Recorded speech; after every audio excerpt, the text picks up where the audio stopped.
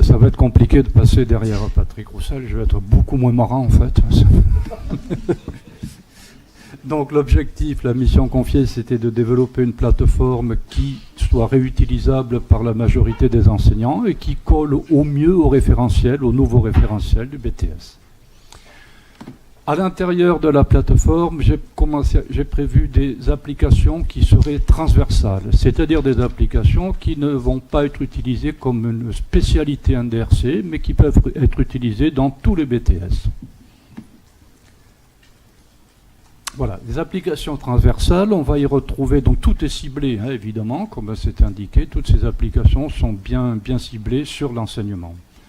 On va retrouver un cloud. Pourquoi un cloud? Parce que les élèves doivent, enfin les étudiants, hein, les étudiants doivent, à mon avis, maîtriser la notion de partage de fichiers, dépôt de fichiers, partage sélectif.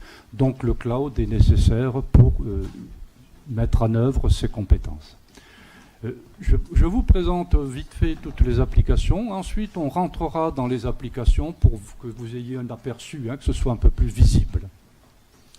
Un réseau social, donc ce réseau social, c'est un Facebook-like, hein, comme on dit quand on est bien branché. C'est un petit Facebook, mais qui est vide.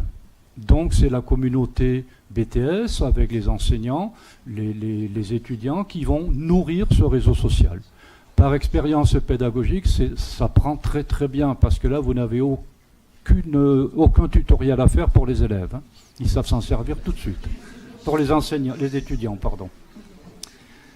Patrick l'a rappelé tout à l'heure, un blog. Un blog, c'est une nécessité. Pourquoi? Parce que c'est un moyen de communication important, qui marche très bien, qui est simple à mettre en œuvre et que tout le monde développera en responsabilité dans la classe. Un forum, c'est un petit peu plus ciblé, donc c'est un sous-blog, hein, quelque part, ici, notre forum. Il va être un petit peu plus ciblé puisqu'il va permettre de faire de l'échange direct entre étudiants, donc questions-réponses. Alors là, on peut imaginer, pourquoi pas, des scénarios pédagogiques où on aurait des étudiants de première année qui poseraient des questions sur un thème et les secondes années qui répondraient. Pourquoi pas, ça valorise dans les deux cas. Ça peut permettre aussi une communication entre les deux niveaux.